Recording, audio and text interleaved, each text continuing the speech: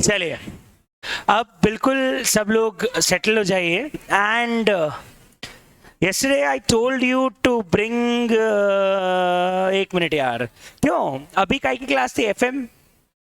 तो ये जो ग्रुप की लिंक है फर्स्ट ग्रुप की कि सेकंड ग्रुप की है? अरे ऑनलाइन वाले बच्चे बताएंगे मेरे को, जल्दी बताओ ऑनलाइन वाले बच्चों कि ये जो लिंक है ये फर्स्ट ग्रुप की है कि सेकंड ग्रुप की है? फर्स्ट ग्रुप की है, फर्स्ट ग्रुप की है, फर्स्ट ग्रुप की है, मतलब चेंज हो गई है। बढ़िया, ग्रेट।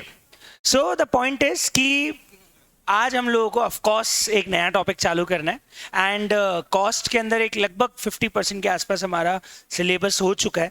तो क्यों ना एक दो चैप्टर हम जीएसटी के पढ़े, उसके बाद वापस से हम लोग कॉस्ट पे शिफ्ट हो जाएंगे और फिर वापस थोड़े बहुत चैप्टर जीएसटी के पढ़ लेंगे। तो जो फर्स्ट ग्रुप वाले बच्चे हैं उनको भी लगेगा चलो ठीक है एक सब्जेक्ट और चालू हो गया, उनको टाइम भी मिल जाएगा। एंड सेकंड थिंग इज एक साथ सारा थियोरी नहीं होगा, थोड़ा थियोरी थोड़ा प्रैक्टिकल, तो कॉस्ट और जीएसटी का कॉम्बिनेशन हम लोग चलाते रहेंगे। ओके, अब इस सब्जेक्ट के बारे में मेरे हिसाब से एक्साइटमेंट ऑफ कोर्स बढ़ा हुआ होगा। और मैं बता दूं 2017 में लोगों को इतना एक्साइटमेंट था कि 2016 तक पता है गूगल सर्च में टॉप लिस्ट में सनी लियोनी का नाम आता था, और 2017 में पता है उसको किसने बीट किया? जीएसटी ने। मतलब लोगों ने सनी लियोनी से ज्यादा सर्च किस चीज को किया था? जीएसटी को। इतना पॉपुलर हुआ था 2017 के अंदर। ऑफ कोर्स अभी भी पॉपुलर है, लेकिन वो पॉपुलैरिटी उस समय से चली आ रही है और 2017 से लेके अभी तक इस जीएसटी में 1000 से ज्यादा अमेंडमेंट आ चुके हैं। More than 1000 notification have been issued from 2017 till this date. So there are a lot of amendments and that's why I was trying to like postpone this subject because I know कि अगर मैंने इसको जल्दी पढ़ा दिया तो जो latest amendment है वो मुझे वापस पढ़ाने पड़ जाएंगे। तो अभी ऐसा है कि लगभग सारे अमेंडमेंट्स कवर हो जाते हैं। संस्कार इसलिए बुला रहा था कि ये जूम नहीं हो पा रहा है और रिमोट नहीं काम कर रहा है, तो या तो वहां से कर दे, उसको जूम कर दे वहां से, ठीक है? क्योंकि वो रिमोट काम नहीं कर रहा है प्रॉपरली, तो या तो वहां से चेयर लेके वहां से कर दे उसको ठीक। चेंज कर दी है मैंने, बैटरी अभी मैंने चेंज करी है, वो माइक की निकाल के इधर लगाई है, अभी चेंज करी, निकाल दी है भी, यही तो निकाल के डाली है इसमें, तो इसलिए वहां से कर दे, अभी बाद में देखना क्लास के बाद बाकी। ठीक है, अभी वहां से चेयर पे चढ़ के कर दे, नहीं हो रहा है वो चेंज। वो चेयर ले ले, चेयर ले ले। अरे तो पहले चेंज तो कर दे, बाद में कर देना, मेरा काम हो जाएगा ना, फिर क्लास के बाद आके कर देना। वहां से हो जाएगा ना मेन्यू में जाके जूम, क्योंकि वो फिर क्लास रुक जाएगी इस चक्कर में।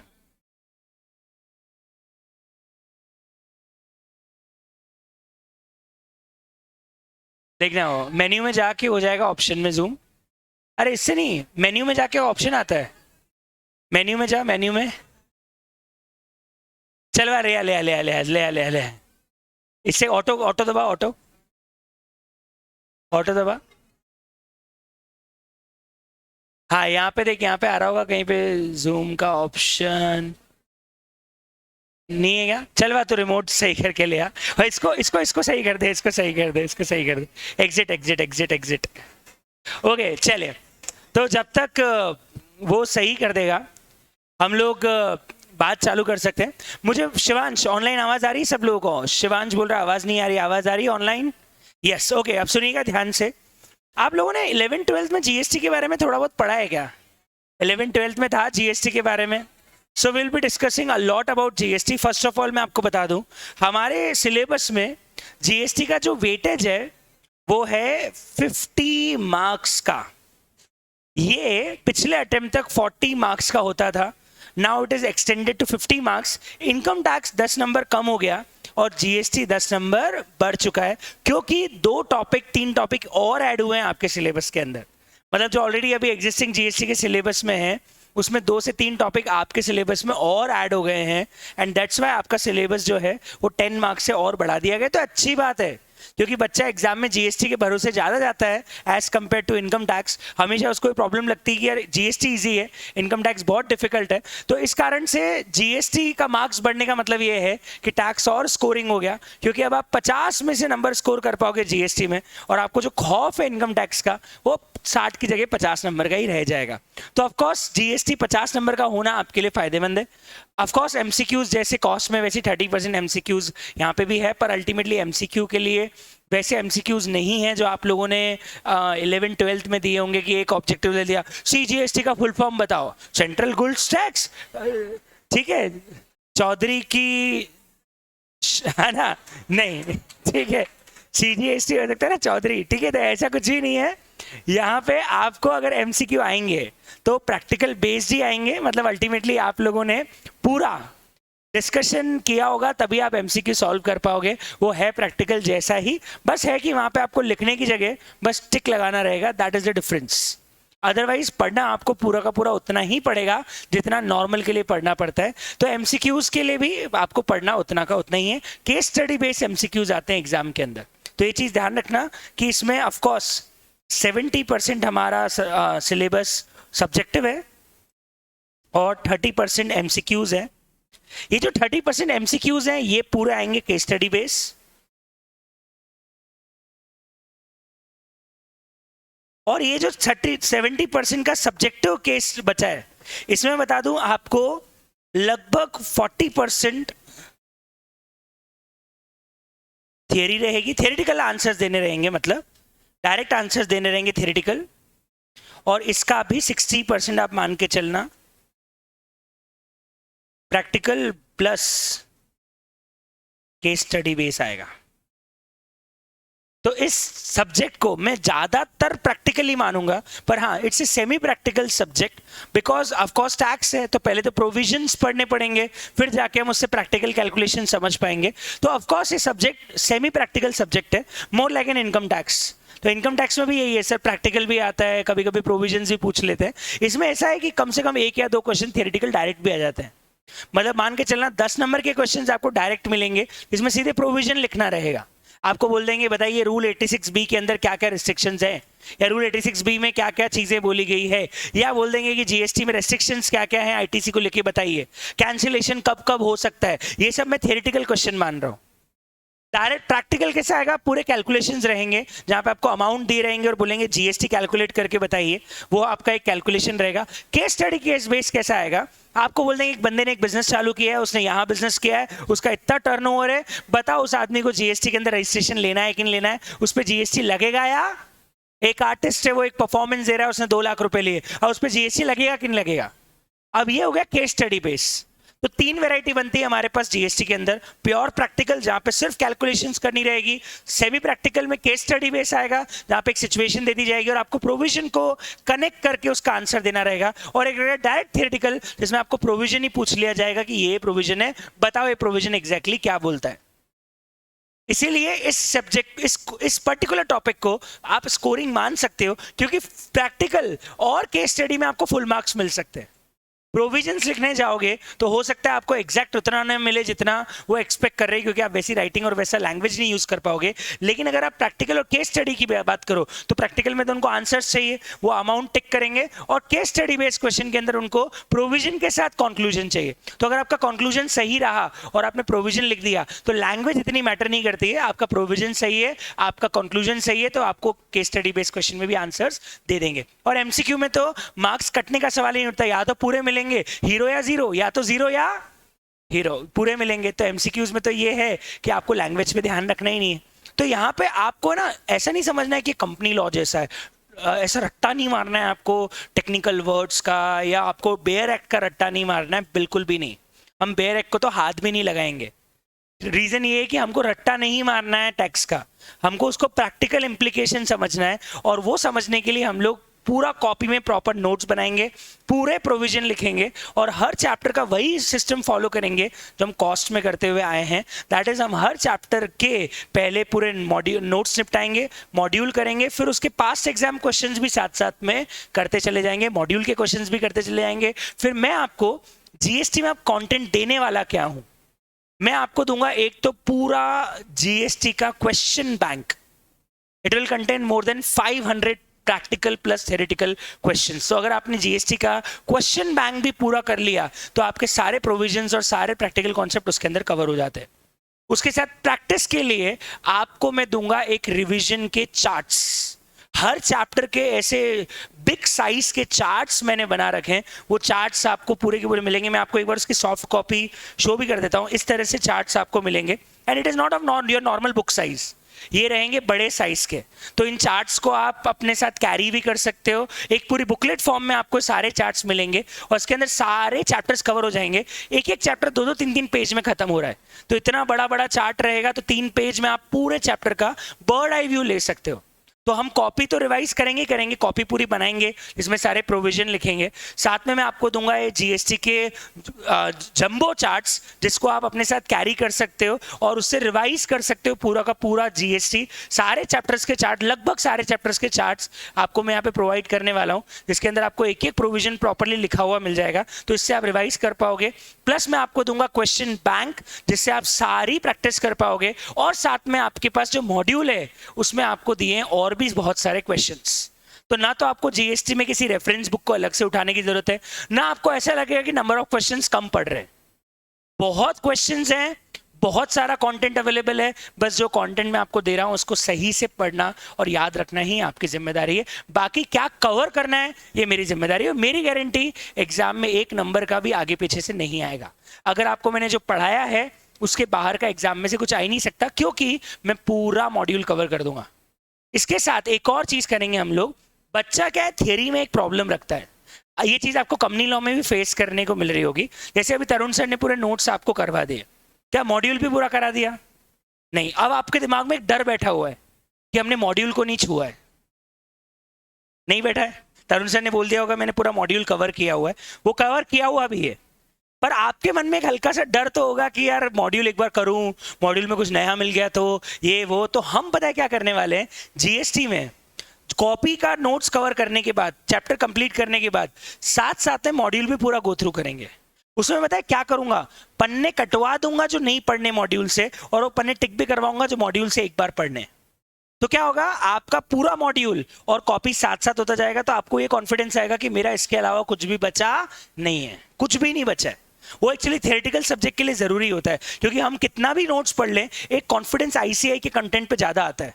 तो क्यों ना मॉड्यूल भी साथ साथ गो थ्रू करते जाएंगे। तो हम लोग क्या करेंगे, कॉपी में सब कुछ लिखते तो जाएंगे, जो चीजें लगेगा सिर्फ रीडिंग की है वो मैं मॉड्यूल से मार्क करा दूंगा, और जो चीजें लगेगा मॉड्यूल से भी पढ़ो और कॉपी में भी लिखो, तो मैं लिखवा दूंगा कि इसको मॉड्यूल में इस पेज नंबर पे जरूर रेफर करना, काम की चीज है। तो क्या होगा, आपका मॉड्यूल बहुत लिमिटेड रीडिंग आपको करनी पड़ेगी और साथ साथ में मॉड्यूल भी पूरा कवर हो जाएगा। तो ये सब करने के बाद 100% जीएसटी में आपको कॉन्फिडेंस भी आ जाएगा। तो क्या हम चालू कर सकते हैं? मैंने आपको तरीका बता दिया, मैंने आपको कंटेंट बता दिया, मैंने आपको बता दिया क्या क्या पढ़ना है, मैंने आपको बता दिया हम कैसे पढ़ने वाले हैं। अब सवाल आता है सर ये कितने टाइम का सिलेबस है? देखो पहले सिलेबस कवर हो जाता था 60 आवर्स में, मतलब मैं 1.5 महीने में पूरी जीएसटी खत्म कर लेता था। लेकिन अभी थोड़ा सा कंटेंट और बढ़ गया है, पहले 2-3 चैप्टर कम हुआ करते थे, 2-3 चैप्टर और बढ़ गए। तो इनकम टैक्स जितना समय तो बिल्कुल भी नहीं लगेगा, उसका आधा समय मान लो आप। मतलब will try to cover it in approximately 75 hours. 75 घंटे में हम पूरा का पूरा जीएसटी खत्म करेंगे। ऑफ कोर्स एक सलंग 75 घंटे तो हम पढ़ नहीं रहे, हर चैप्टर को पढ़ेंगे, फिर 2 चैप्टर पढ़े, फिर कॉस्ट उठा लिया, तो पर ओवरऑल आप नंबर ऑफ आवर्स काउंट करोगे तो it will be approximately 75 hours. पहले इट टेक 60 आवर, बट अब 2-3 चैप्टर और ऐड हो गए, 10 नंबर और बढ़ गए, तो अप्रोक्सीमेटली 75 आवर। फिर भी आप देखोगे तो इनकम टैक्स से आधा है। इनकम टैक्स में आपको लगने वाले लगभग 150 घंटे, आराम से लग जाएंगे 150 घंटे। सागर सर, आशीष सर दोनों का मिला के आप कंबाइन देखोगे 150 से भी ज्यादा ही होगा, क्योंकि सिलेबस बहुत बड़ा है।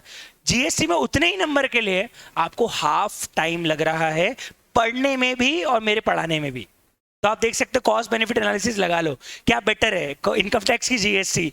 ऑफ कोर्स जीएसटी बेटर है, स्कोरिंग भी है, टाइम भी कम लगेगा, ज्यादा इजी है और पढ़ने में भी मजा आएगा। तो हम लोग फाइनली स्टार्ट करें। ऐसा नहीं इनकम टैक्स खराब है, इनकम टैक्स अच्छा है, पर उसके मार्क्स के सामने उसका वास्ट रूप ऐसा लगता है कि यार आउटपुट नहीं आ रहा है। मतलब जितना ज्यादा पढ़ना पड़ रहा है उसके सामने उसके मार्क्स बहुत कम है। That is a difference between GST and income tax. पर चलिए अब हम लोग फाइनली स्टार्ट कर सकते हैं, और हमारे पास में टोटल मिला के 12 चैप्टर्स है कवर करने के लिए। अभी मैं जो स्टार्ट कर रहा हूं, ऑफ कोर्स आपको एकदम स्टार्टिंग से बताना पड़ेगा। तो जो पहला डिस्कशन हम लोग स्टार्ट करने वाले हैं, that is basically introduction of GST. पर इसको स्टार्ट करने के लिए पहले मुझे ये चेक करना है आपको कितना पता है, फिर हम एक एक चीज करके सब कुछ डिस्कशन करना चालू करेंगे। पर एक जस्ट मेरे सुकून के लिए इतना पता कर लो कि आपको कितना पता है। ऑफ कोर्स बताऊंगा तो मैं एकदम जीरो से। कब आया था जीएसटी? 2017। अबे तुम कब पैदा हुए थे? 2000 में, है ना?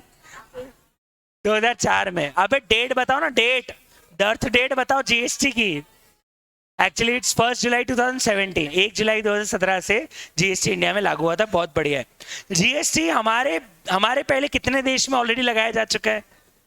फ्रांस में सबसे पहले लगाया था, एक याद आया नाम, फ्रांस में लगाया था 1954 में। मतलब हम 1954 के बाद हमने 2017 में जाके जीएसटी लगाया। कहीं 11-12 में पढ़ा होगा। कितने देश ऑलरेडी लगा चुके थे, किसी को आइडिया है? 160, 160 कंट्रीज ऑलरेडी जीएसटी लागू कर चुकी। सब लिखवा दूंगा। उसके बाद मुझे बताओ कितने तरह के जीएसटी टैक्सेस होते हैं? 3। कौन कौन से? IGST, CGST, HGST. आपको बता दूं, गलत है। इसके अलावा एक टैक्स और होता है जिस is called GST compensation cess. ये नाम आपने नहीं सुना होगा, नहीं सुना। और एसजीएसटी का एक भाई भी होता है जिसको बोलते हैं यूटीजीएसटी। वो तो एसजीएसटी का भाई है, या तो एसजीएसटी लगता है या यूटीजीएसटी लगता है। पर आईजीएसटी, सीजीएसटी, एसजीएसटी या यूटीजीएसटी के अलावा एक टैक्स और है, जीएसटी कंपनसेशन सेस। इसके बारे में भी आपको नहीं पता है, बहुत बढ़िया। और मैं बताता हूं आपको। आप मुझे बताओ कौन सी सेल पे कौन सा टैक्स लगता है? मतलब अगर मैं एमपी से राजस्थान बेचूं तो आईजीएसटी, और एमपी से एमपी में बेचूं तो सीजीएसटी या एसजीएसटी। अगर मैं इंपोर्ट करूं तो, इंपोर्ट करूं बाहर से, विदेश से बुलवाऊं,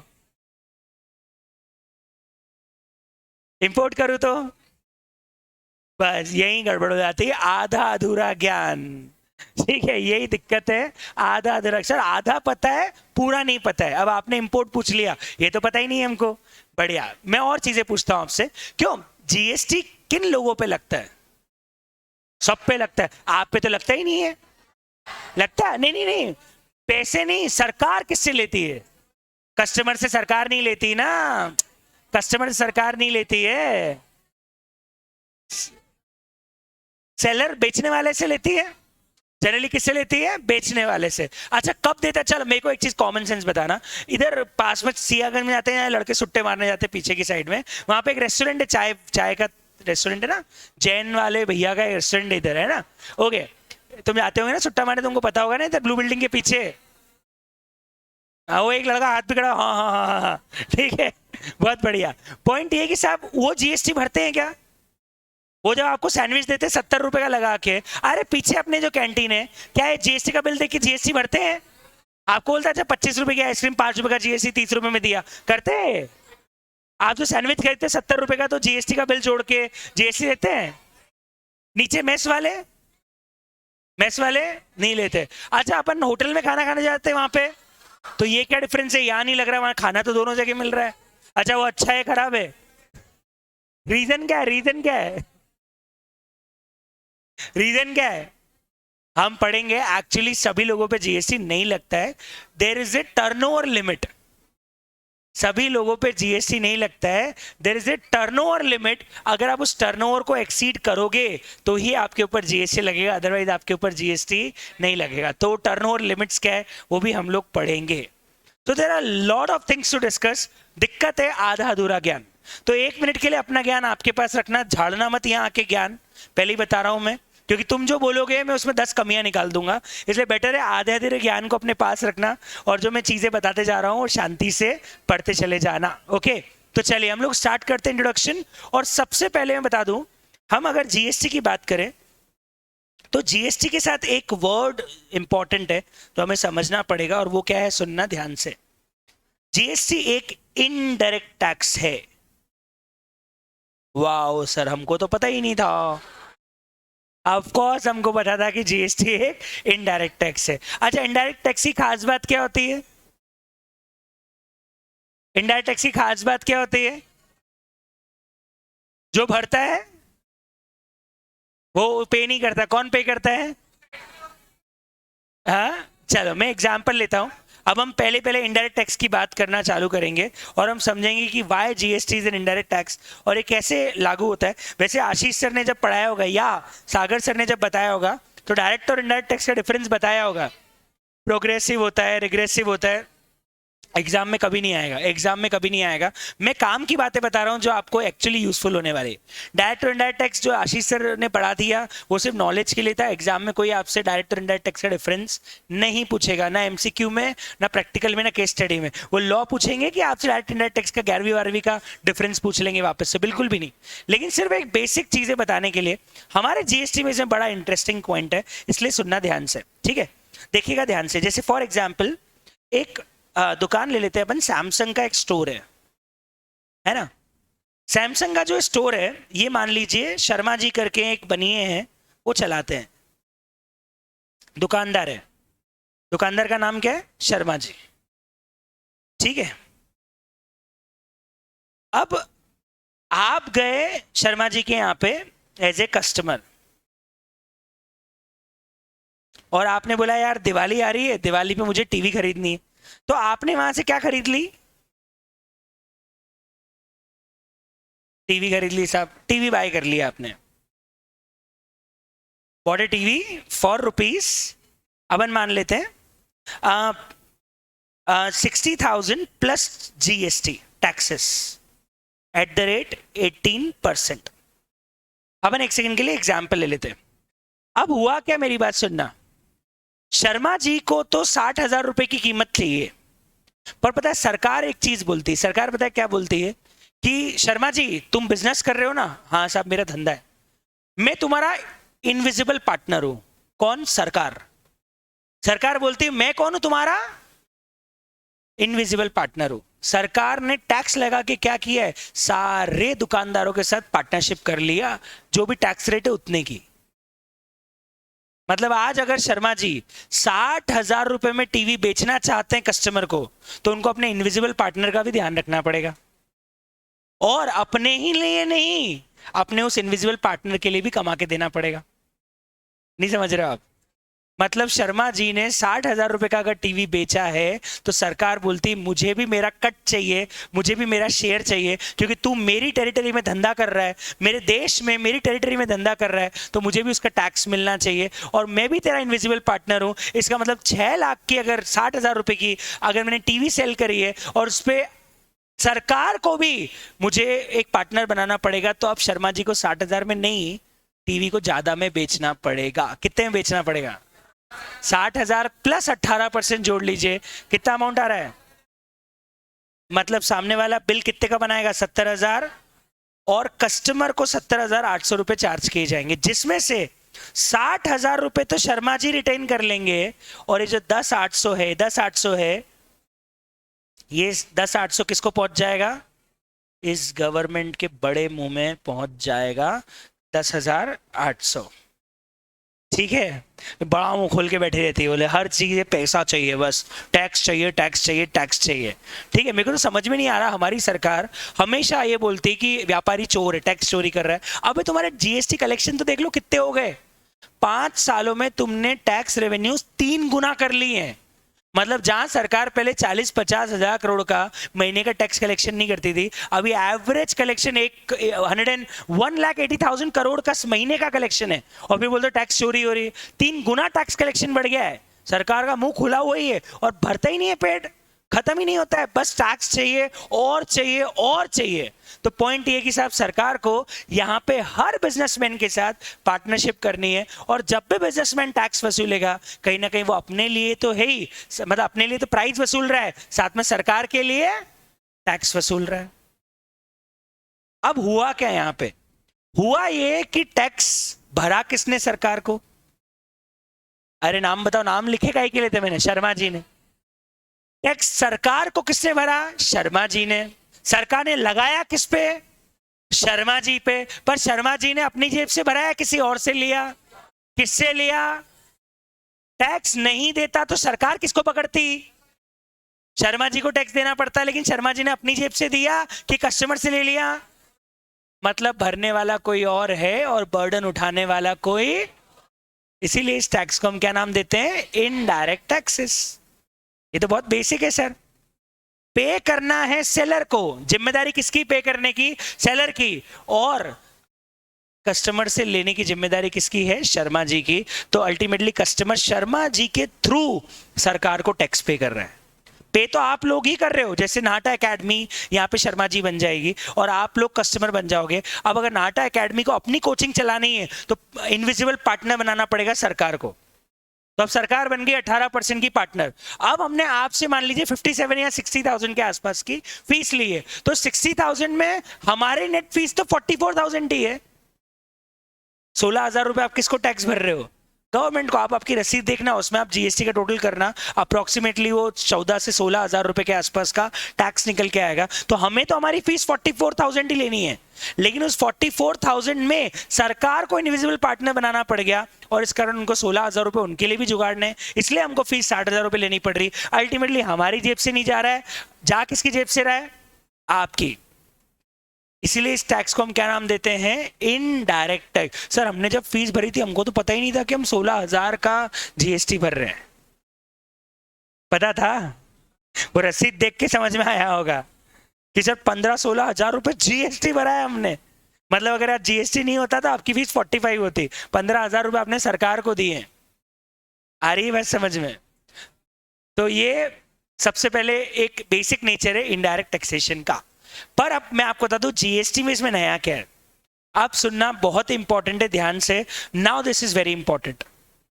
जीएसटी में टैक्स पे करने के दो मैकेनिज्म काम करते हैं। एक होता है फॉरवर्ड चार्ज, जिसको नॉर्मल चार्ज भी बोलते हैं, और एक और होता है जिसको बोलते हैं reverse charge mechanism.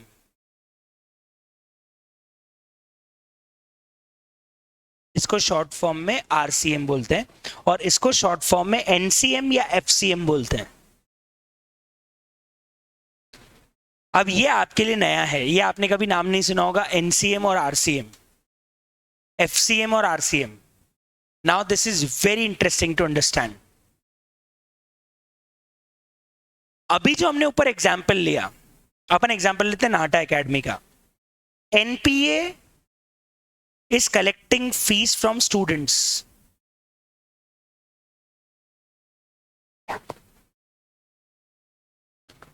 and that fees is 60,000, out of which उनकी फीस 44 है और जीएसटी है 16,000 का, जो जीएसटी अल्टीमेटली किसकी पॉकेट में जा रहा है? गवर्नमेंट के। ये हो गए साहब सेलर, या हम इसको जीएसटी की भाषा में बोलते हैं सप्लायर, और ये हो गए साहब रिसीवर। एक्चुअली सेलर और बायर की जगह क्यों वर्ड सप्लायर और रिसीवर यूज किया? Because GST is not only applicable on goods, it is also applicable on services. तो हम गुड्स के साथ सेल वर्ड यूज करते हैं, पर सर्विसेज के साथ सेल वर्ड यूज करना थोड़ा अप्रोप्रिएट नहीं होता, इसलिए उन्होंने एक जनरल वर्ड ले लिया। सेलर को हम लोग यहाँ क्या बोलते हैं? सप्लायर।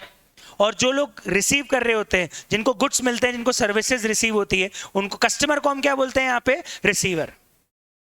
तो इंपॉर्टेंट चीज ये है कि साहब जनरली जीएसटी में यही होता है कि रिसीवर टैक्स पे करेगा सेलर को और सेलर टैक्स पे करेगा गवर्नमेंट को। होना भी यही चाहिए। आज मुझे बताओ, सरकार नाटा एकेडमी को ही तो बोलेगी कि तुम सब बच्चों से जीएसटी लेके हमको दो। ऑफ कोर्स सरकार एक एक आपके पास तो आने वाली नहीं है, आप तो स्टूडेंट हो, आपसे कैसे जीएसटी मांगेगी? आपसे सरकार को जीएसटी मांगने में शर्म आ जाएगी।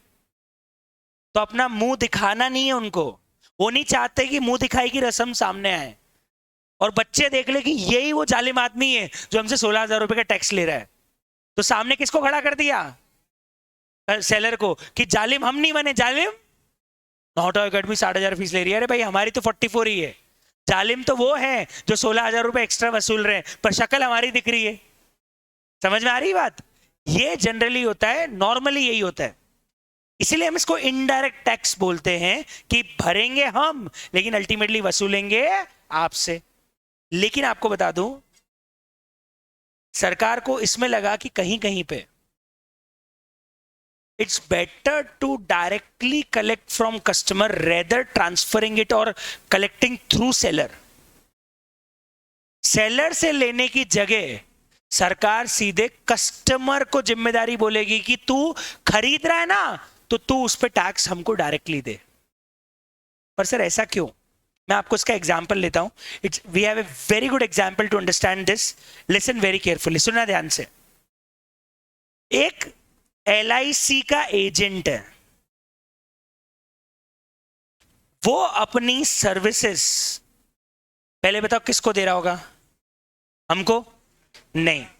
LIC एजेंट हमको सर्विस नहीं देता है, क्योंकि मैं बता दूं, लाइफ इंश्योरेंस का जो एजेंट होता है वो आपको सर्विस नहीं देता है, क्योंकि आपको बता दूं उसको कमीशन आपसे नहीं आता है, उसको कमीशन कंपनी से आता है. तो आपके बीच में और एजेंट के बीच में तो कोई ट्रांजैक्शन है ही नहीं. एजेंट आपसे 1 रुपया नहीं लेता है. वो बोलता है LIC की पॉलिसी खरीद, LIC को पैसा दे, LIC मुझे कमीशन देगी.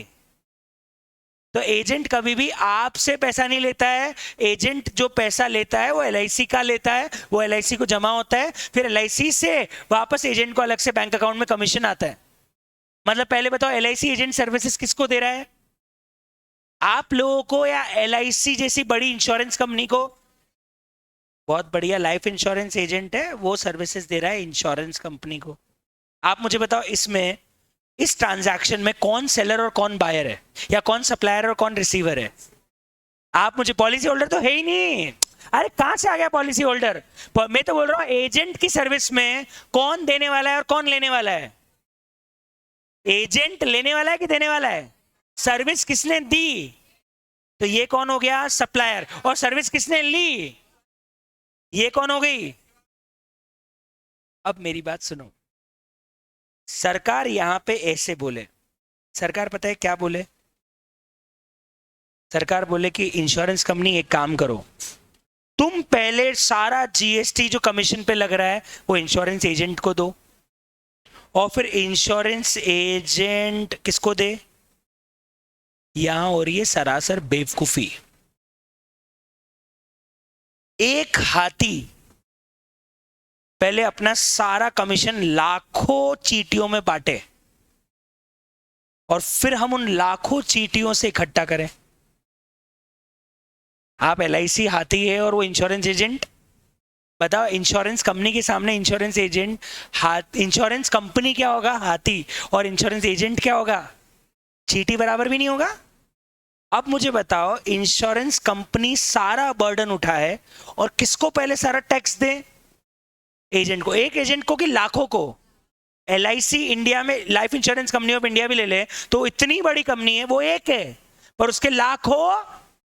अब पहले सारे एजेंट से जिनसे वो कमीशन पे कर रही, पहले उनको GST भरे, और फिर वो एजेंट सारा GST किसको भरे? आप बताओ, उसमें टैक्स चोरी होने की संभावनाएं कम है कि ज्यादा है? बताओ, कहां टैक्स चोरी होने की संभावनाएं कम है? जब सरकार इंश्योरेंस कंपनी को एक चीज बोले, GST किसकी जेब से जा रहा है? इंश्योरेंस कंपनी मेरी जेब से जा रहा है. मैं किसको दे रहा हूं? एजेंट को. एजेंट किसको दे रहा है? भाई, जब तू भी बढ़ा और हम भी बढ़े तो इसमें चींटियों के बीच की बात कहां है? नहीं समझ रहे हो आप मेरी बात? इंश्योरेंस LIC कंपनी पहले टैक्स किसको दे? इंश्योरेंस एजेंट को. और इंश्योरेंस कंपनी भी टैक्स किसको दे? गवर्नमेंट को. गवर्नमेंट बोलती भाई तू मेरे सामने इतना बड़ा दिख रहा है, मैं पहले सारा तेरा टैक्स किससे भरवाऊं? इंश्योरेंस एजेंट को. और उन छोटी छोटी चीटियों को जाके ढूंढूं, तेरा टैक्स निकाल, तेरा टैक्स निकाल, तेरा टैक्स निकाल, और फिर मैं उनसे लूं. इससे अच्छा ये चेन खत्म कर दो और सीधे बोल, अपन दोनों बात कर लेते ना. बीच में इंश्योरेंस एजेंट को लाते ही नहीं है. डायरेक्टली तू ही टैक्स भरने वाला था, तू ही भरेगा, पर अब तू इंश्योरेंस एजेंट को नहीं भरेगा, तू भरेगा हमको. मतलब LIC के एंगल से ये सेल पे देने वाला टैक्स हो गया कि परचेस पे देने वाला टैक्स हो गया? टैक्स तो वैसे भी LIC दे ही रहा था.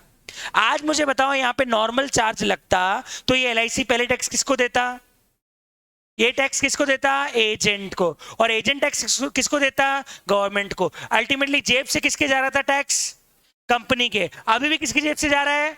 पर एजेंट को ना जाके सीधे गवर्नमेंट को जा रहा है. इस कॉन्सेप्ट को बोलते हैं रिवर्स चार्ज मैकेनिज्म. अब यहां देखा जाए तो ये टैक्स, इनडायरेक्ट टैक्सेस कम होकर डायरेक्ट टैक्स जैसे ज्यादा हो गया, क्योंकि जेब से भरने वाला भी मैं ही और उठाने वाला भी मैं ही. लेकिन है ये इनडायरेक्ट टैक्स ही, क्योंकि अल्टीमेटली गुड्स के ऊपर बर्डन है, और LIC को कोई फर्क नहीं पड़ा ना. आप इसका एग्जाम्पल ऐसे ले लो. फॉर एग्जाम्पल, आज मैं 1 लाख रुपए कमीशन एजेंट को दे रहा होता, तो उस पे एजेंट मुझसे 18% जीएसटी वसूलता और मैं अल्टीमेटली कितने पैसे एजेंट को पे करता? 1,18,000। ये 1,00,000 रुपए कमीशन अपने पास रखता और 18,000 रुपए का जीएसटी किसको भर देता? हाँ या ना? अब सरकार ने बोला कि एक काम करो, एलआईसी तुम्हारी जेब से पैसा कितना जा रहा है? हमारी जेब से पैसा 1,18,000 जा रहा है, ऐसा मत करो, तुम एजेंट को 1,00,000 ही दो और 18,000 का जीएसटी डायरेक्टली हमको भर दो। अल्टीमेटली एलआईसी की जेब से ओवरऑल पैसा कितना जा रहा है? एनसीएम होता तो भी कितना जाता? 1,18,000। आरसीए में तो भी कितना जा रहा है? 1,18,000। बस फर्क ये है कि वो 18,000 उससे रूट होके गवर्नमेंट को जा रहे थे, वो ना जाके डायरेक्टली रूट हो गए, क्योंकि सेलर से बड़ा कस्टमर है, सेलर से बड़ा कस्टमर है, तो क्यों ना कस्टमर से डायरेक्टली टैक्स वसूल लिया जाए। सेलर को क्यों दे जब वो छोटा है? बड़े से छोटे को जाए और फिर वापस बड़े को आए, इससे अच्छा बड़े से डायरेक्टली आ जाए। टैक्स कलेक्शन भी इजी हो जाएगा और टैक्स चोरी होने की संभावनाएं भी कम हो जाएगी। एक और बढ़िया एग्जांपल, आप लोग ओला उबर यूज करते हो? चलो, ओला चलाने वाले और उबर चलाने वाले लोग बड़े होते हैं कि छोटे छोटे लोग होते हैं? गाड़ियां उनकी होती है, बेचारे खुद ही ड्राइवर होते हैं, दिन भर गाड़ी चलाते हैं, पेट्रोल भरवाते हैं, रोज के 1,000-1,500 रुपए कमाने वाले लोग होते हैं। वो उबर कंपनी छोटी है कि बड़ी है? चलो, अब अगर मान लो आपने उबर के थ्रू एक टैक्सी बुक करी, तो बताओ कौन किसको सर्विस दे रहा है? उबर आपको दे रही है, ये एक अलग ट्रांजैक्शन हो गया। और उसके पहले अपन ऐसा बोल सकते हैं, टैक्सी ड्राइवर उबर को सर्विस दे रहा है और उबर, चलो हम उबर और हमारी सर्विस में तो बात ही नहीं कर रहे, उसको 1 मिनट के लिए करो, इधर वाली सर्विस पे आ जाओ। कौन किसको दे रहा है जल्दी बताओ? टैक्सी ड्राइवर किसको सर्विस दे रहा है? अब बताओ इसमें कौन सप्लायर है, कौन रिसीवर है? Taxi driver, taxi driver, taxi driver supplier है, और उबर देखा जाए तो नॉर्मली टैक्स कौन किसको देता? उबर किसको देता? टैक्सी ड्राइवर को। टैक्सी ड्राइवर किसको देता? आप मुझे बता, गवर्नमेंट के लिए ज्यादा कन्वीनियंट क्या है? उबर को बोले कि तू जो सर्विसेज टैक्सी ड्राइवर पे ले रहा है उसका टैक्स टैक्सी ड्राइवर को मत देना, उसका टैक्स डायरेक्टली हमको दे देना। बताओ प्रैक्टिकली ज्यादा कन्वीनियंट हो गया कि नहीं हो गया? और बताओ ये एग्जांपल भी किसका हो गया, एनसीएम का कि आरसीएम का? आरसीएम का।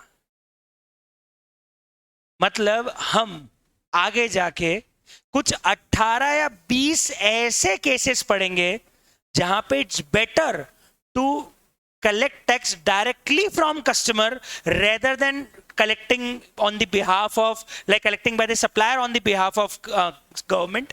गवर्नमेंट को सप्लायर से टैक्स लेने की बजाय अगर कन्वीनियंट लगेगा कि कस्टमर से टैक्स लेना आसान हो रहा है, तो सरकार वहां पे सीधे एक दूसरे से कनेक्शन बिठा लेगी, इसका पत्ता काट देगी, और इस केस को हम बोलते हैं आरसीएम। समझ में आया या नहीं आया? आपको क्या लगता है और कौन सी इंडस्ट्री होगी जहां पे आरसीएम लग सकता है? सोच के बताओ आप, और कहां लगता है जहां पे कस्टमर बड़ा है as compared to seller? Zomato RCM है, बिल्कुल आरसीएम है। जोमैटो के केस में बताओ रेस्टोरेंट किसको सर्विस दे रहा है? रेस्टोरेंट हमको नहीं दे रहा है, रेस्टोरेंट किसको दे रहा है? जोमैटो को। जोमैटो किसको दे रहा है?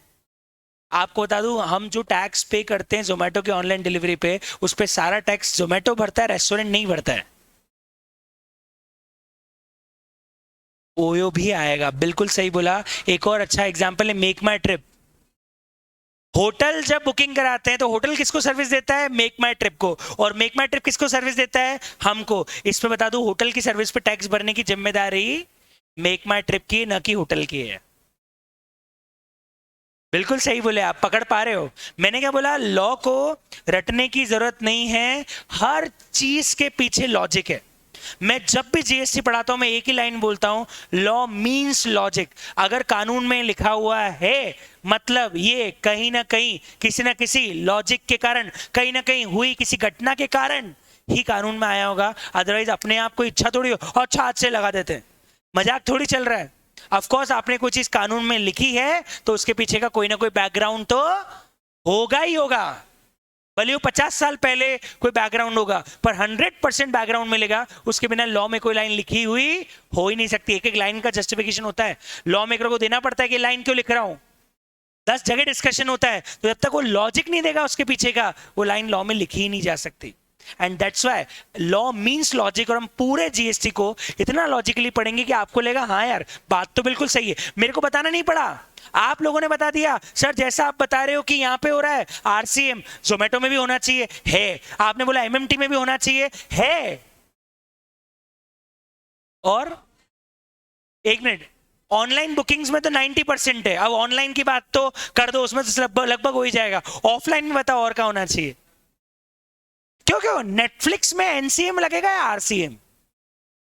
नेटफ्लिक्स में क्या लगना चाहिए? नेटफ्लिक्स सर्विसेज आरसीएम ना, आरसीएम ना। नेटफ्लिक्स में क्या लगना चाहिए? आरसीएम की एनसीएम? आप मुझे कॉमन सेंस बताओ, जहां पे एक्चुअली सप्लायर ही बड़ा है और कस्टमर छोटा है, वहां पे सरकार इतनी बड़ी बेवकूफी करेगी या आरसीएम लगाएगी? वहां पे क्या लगाएगी? एनसीएम ही लगाएगी। अबे नेटफ्लिक्स सेलर है और हम बायर है, तो क्या हमसे सरकार टैक्स लेगी कि हम नेटफ्लिक्स को देंगे और नेटफ्लिक्स सरकार को देगी? हम नेटफ्लिक्स को देंगे और नेटफ्लिक्स सरकार को देगी। ये क्या हुआ? ये आरसीएम है कि एनसीएम है? एनसीएम है। मैं और एग्जांपल लेता हूं जहां पे आरसीएम लगना चाहिए। ऑनलाइन तो हो गई सारी, ऑनलाइन में तो मैं और आगे जाके बता दूंगा। ऑफलाइन की बात करें तो मैं बताता हूं और कहां आरसीएम लगना चाहिए। आपको तो टी सीरीज है, टी सीरीज म्यूजिक एल्बम बनाता है, तो किससे सर्विस लेता है? Singers, composers.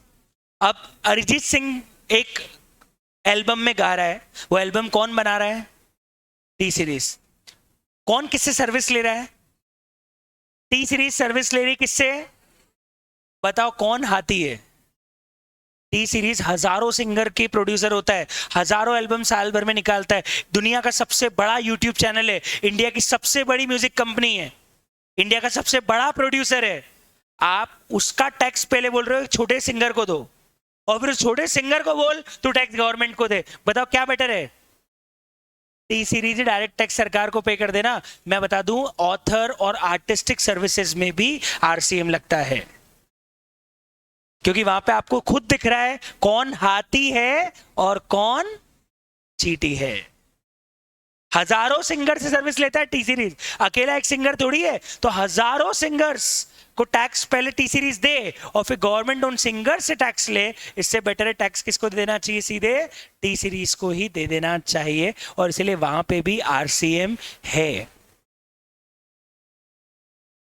ऐसे मैं आपको बता दूं 20 से 25 अलग अलग केसेस हैं।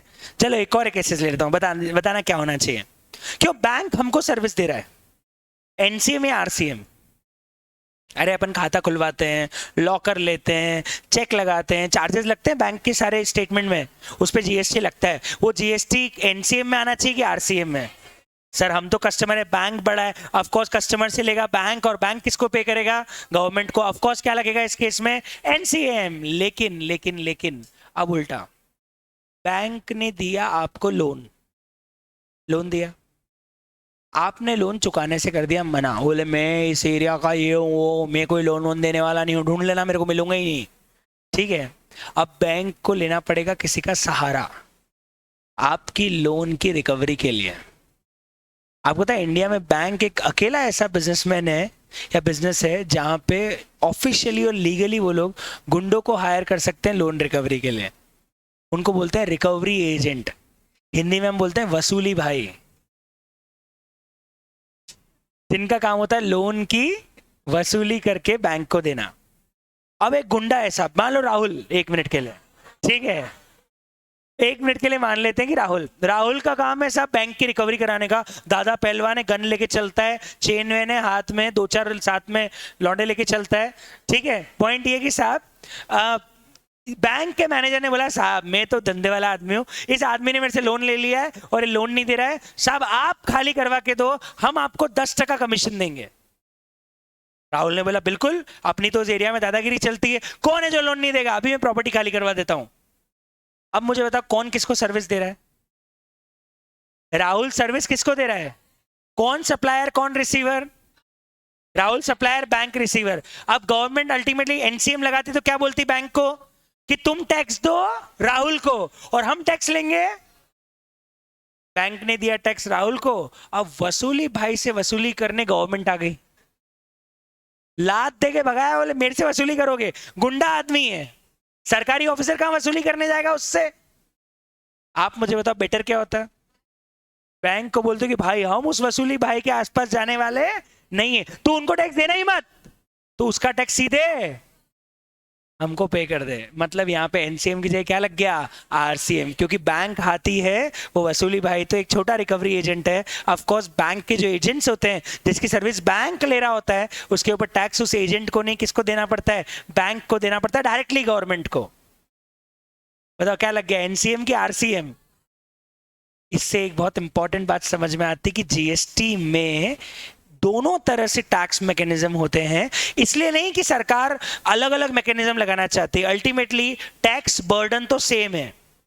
बैंक उनको देता तो भी देना पड़ रहा है, बैंक आपको दे रहा है तो भी देना पड़ रहा है। अल्टीमेटली एलआईसी अगर एलआईसी एजेंट को देती तो भी कमीशन के साथ 18% जीएसटी जोड़ती, 1,18,000 देती। गवर्नमेंट को भी देना पड़ा तो 1 लाख उसको 18,000 देना पड़ा। अल्टीमेटली एलआईसी की पॉकेट से तो पैसा सेम ही जा रहा है, पर अल्टीमेटली गवर्नमेंट के लिए बहुत कन्वीनियंट हो गया ना, क्योंकि अब गवर्नमेंट को हजारों एजेंट्स से टैक्स लेने की बजाय सीधे एक हाथी को पकड़ना और बोलना जितना तूने एजेंट्स को कमीशन दिया उसके ऊपर 18% जीएसटी तो हमको भर। तो सरकार के लिए टैक्स कलेक्शन आसान हो गया। इसलिए कुछ केसेस हैं जो हम पढ़ेंगे आगे जाके, जिस केस में आरसीएम लग जाता है, पर अगर क्वेश्चन कुछ ना बोले और वो केसेस नहीं है तो फिर एनसीएम ही रहता है। नॉर्मली क्या रहता है? एनसीएम। जब तक स्पेसिफिकली लॉ में लिखा हुआ नहीं हो तब तक आरसीएम नहीं लगाया जाएगा, क्योंकि इनडायरेक्ट टैक्स का बेसिक नेचर ही होता है कस्टमर पे करेगा सेलर को और सेलर पे करेगा गवर्नमेंट को। यही बेसिक नेचर फॉलो होगा, except few circumstances that will discuss later in section number 9 of CGST act. हम पढ़ेंगे सेक्शन 9 ऑफ सीजीएसटी एक्ट बताता है कि आरसीएम कौन कौन से केसेस में लगता है, उनको छोड़ के बाकी सब केस में एनसीएम है। तो नॉर्मली यही अज्यूम करना कि एनसीएम है, अनलेस वो केस लिखा हो जो सेक्शन 9 के अंदर कवर होता है। पहले बताओ, अब कभी ये लाइन आ जाए कि एनसीएम और आरसीएम, तो आपको दोनों में डिफरेंस समझ में आएगा कि नहीं आएगा? What is NCM? Seller is collecting tax from the customer and paying to the government. It is NCM. What is RCM? Receiver is directly paying tax to the government, not paying it to the seller. They are directly paying tax to the. तो seller को क्या मिलेगा फिर? Seller को tax कुछ भी नहीं मिलेगा, seller को फिर प्राइस मिलेगी, उसको सिर्फ अपना पैसा मिलेगा। टैक्स सीधे कौन जमा कराएगा? अरे मुझे बताओ, ओला टैक्सी वाले ने, ड्राइवर ने ओला को सर्विस दी, आप बताओ टैक्स सरकार को कौन जमा कराएगा? ओला। ड्राइवर को क्या मिलेगा? उसका भाड़ा। क्या ड्राइवर को उसके ऊपर टैक्स लगेगा? नहीं, क्योंकि उसका टैक्स ऑलरेडी ओला भर चुका है। तो एक तरह से देखा जाए तो ड्राइवर को जीएसटी में रजिस्ट्रेशन लेने की जरूरत ही नहीं है, क्योंकि उसका टैक्स डायरेक्टली कोई और भर रहा है, तो वो जीएसटी में रजिस्टर्ड क्यों होगा? सरकार ने एक और फायदा कर दिया, हजारों लाखों एलआईसी एजेंट और हजारों लाखों ओला ड्राइवर, कैब ड्राइवर, इन सबको जीएसटी से मुक्त कर दिया कि तुम जाओ और अपना बिजनेस आराम से करो, हम तुमसे 1 रुपए का भी टैक्स नहीं वसूलेंगे, क्योंकि तुम्हारा बाप बैठा है। वो बाप कौन बैठा है? ओला। वो भर रहा है तुम्हारा टैक्स, तुमको उसका टैक्स भरने की जरूरत नहीं है। क्या बात सबको समझ में आ रही है? तो इस कॉन्सेप्ट को बोलते हैं एनसीएम एंड आरसीएम। तो ये मेरे को सबसे पहले बताना था, and it's a very very important concept under GST, and this something new जो अभी तक आप लोगों ने डिस्कस नहीं किया है, नहीं कहीं इसके बारे में इसके पहले कभी पढ़ा है। तो पहली बात तो बहुत अच्छे से क्लियर हो गई कि why NCM and why RCM. Normally by default हमेशा क्या लगेगा, जल्दी बताओ? आरसीएम सिर्फ तब लगाना जब वो केस कहां कवर हो, सेक्शन 9 के अंदर। तो सेक्शन 9 जब पढ़ेंगे तो बताऊंगा कौन कौन से केसेस आरसीएम में आते हैं। कुछ एग्जांपल मैंने अभी लिए, LIC agent, authors, recovery agents of the bank, उसके अलावा आते हैं ओला, मतलब रेडियो टैक्सी वाले जितने भी लोग हैं, होटल्स जो कि एमएमटी और गोआईबीबो जैसी वेबसाइट पे लिस्टेड है, जोमेटो, स्विगी, और बताऊं अर्बन क्लैप वाले कारपेंटर्स और पेंटर्स, अर्बन कंपनी के थ्रू, जो ऑनलाइन अर्बन कंपनी के थ्रू सर्विस दे रहे हैं, वहां पे टैक्स कौन भरेगी? Urban company. वो कारपेंटर पेंटर से कहां टैक्स लेने जाएंगे? आ रही बात समझ में? तो वहां सब जगह फिर क्या लग जाता है? आरसीएम लग जाता है। ऐसे बहुत सारे केसेस हैं जो हम आगे जाके डिस्कस करने वाले हैं। It is very important. Great, बहुत बढ़िया सर। ये पहली बात हो गई कि जीएसटी इनडायरेक्ट टैक्स है, पर इसके एक्सेप्शन भी आपको समझ में आ गए कि कहां पे एनसीएम है और कहां पे आरसीएम है। बहुत बढ़िया। दूसरी खास बात जीएसटी की, it is again very important. GST का दूसरा फीचर लिख रहे हैं हम, और जीएसटी का दूसरा फीचर है,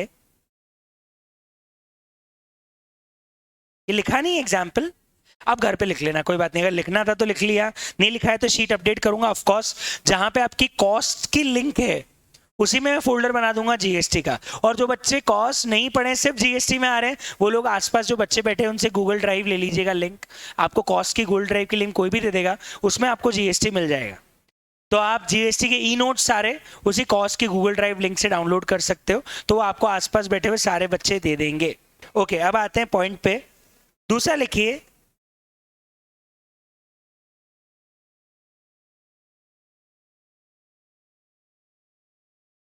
GST is a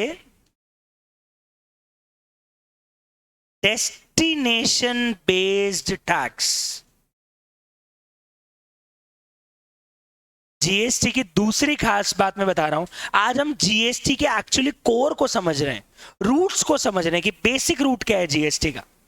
of course provisions की तो मैं बात ही नहीं कर रहा हूं, अभी मैं सिर्फ बेसिक रूट कोर समझा रहा हूं ताकि पूरा एक बेस बन पाए, फिर हम जीएसटी के लॉ को समझ पाएंगे। जीएसटी एक डेस्टिनेशन बेस्ड टैक्स है, और जीएसटी के साथ एक वर्ड यूज होता है, ये है consumption based tax. GST is a destination based tax and GST is a consumption based tax।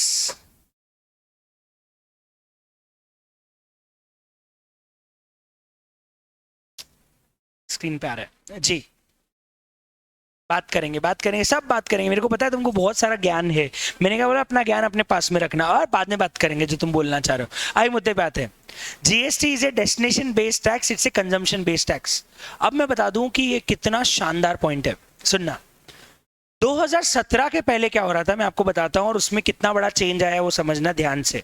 सुनना, मान लो महाराष्ट्र एक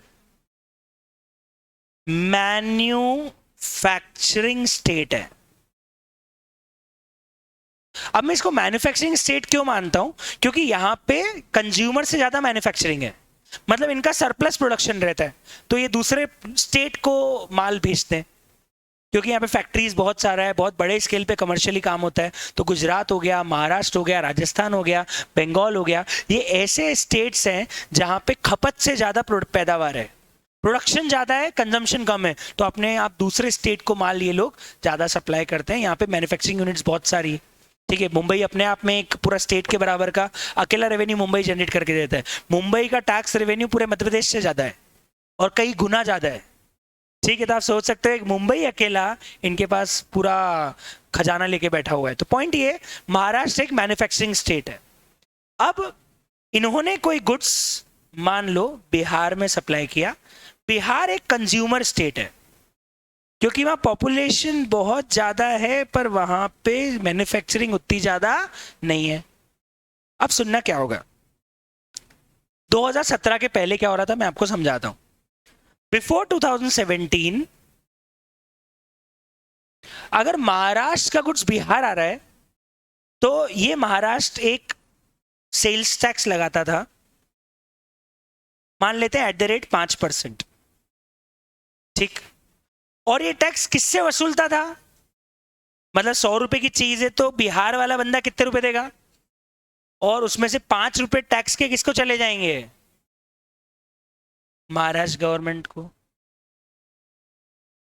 ठीक।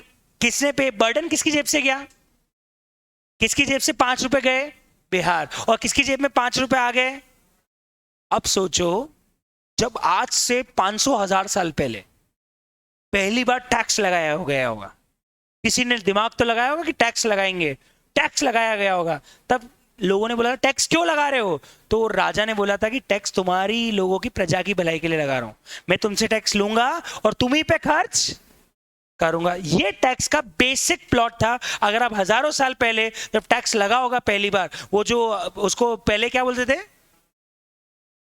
कर तो बोलते थे हिंदी में, उसका लगान, और बहुत सारी चीज। तो लगान जब लगाया जाता था तो बोला जाता राजा जी टैक्स इसलिए ले रहे हैं ताकि हमारी ही प्रजा पे खर्च करेंगे। अब यहां पे आप देखो सिस्टम में कितना बड़ा लूपहोल है। टैक्स भर रही है बिहार की प्रजा और टैक्स मिल रहा है महाराष्ट्र के राजा को। तो महाराष्ट्र का राजा अगर टैक्स वसूलेगा तो किसकी प्रजा पे खर्च करेगा? महाराष्ट्र की। और भर कौन रहा है? तो देखा जाओ एक बेसिक टैक्स मॉडल ही गलत हो गया। मतलब जिन पॉपुलेशन ने टैक्स भरा खर्च उन पे नहीं हुआ, उस पॉपुलेशन पे हुआ जिसने टैक्स कम भरा। मतलब मेरा टैक्स मेरे यहां पे यूज नहीं होगा, दूसरी जगह यूज होगा। मुझे बताओ ये टैक्स की कितनी बड़ी प्रॉब्लम हो गई ना। अब पता इससे होगा क्या?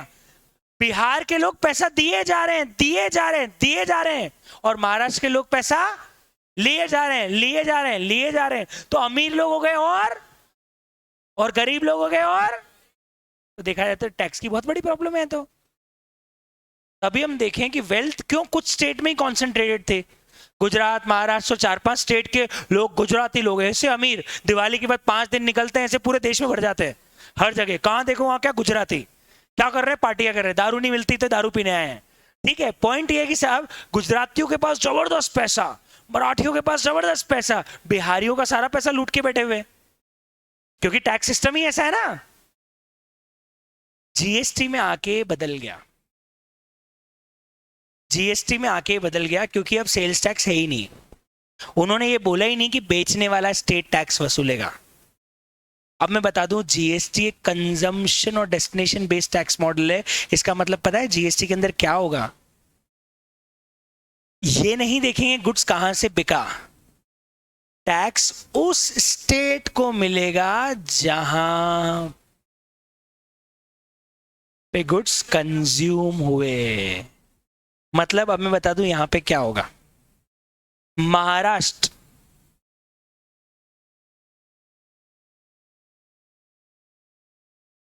अपने यहां से बिक रहे गुड्स पे टैक्स लगा ही नहीं पाएगा। कानून में एक लाइन क्लियर लिखी हुई है, जिस स्टेट से गुड्स जा रहा है उस स्टेट को जीएसटी वसूलने का अधिकार है ही नहीं। और मैं बता दूं इसकी जगह इनके ऊपर लगेगा एक दूसरा टैक्स जिसका नाम है आईजीएसटी। वो जो एसजीएसटी था वो लगेगा ही नहीं, और इसकी जगह बता टैक्स कौन सा लगेगा? आईजीएसटी। और बता दूं क्या होगा इसका? इसको वसूलेगी सेंट्रल, और ये टैक्स अल्टीमेटली बिहार को दे देगी।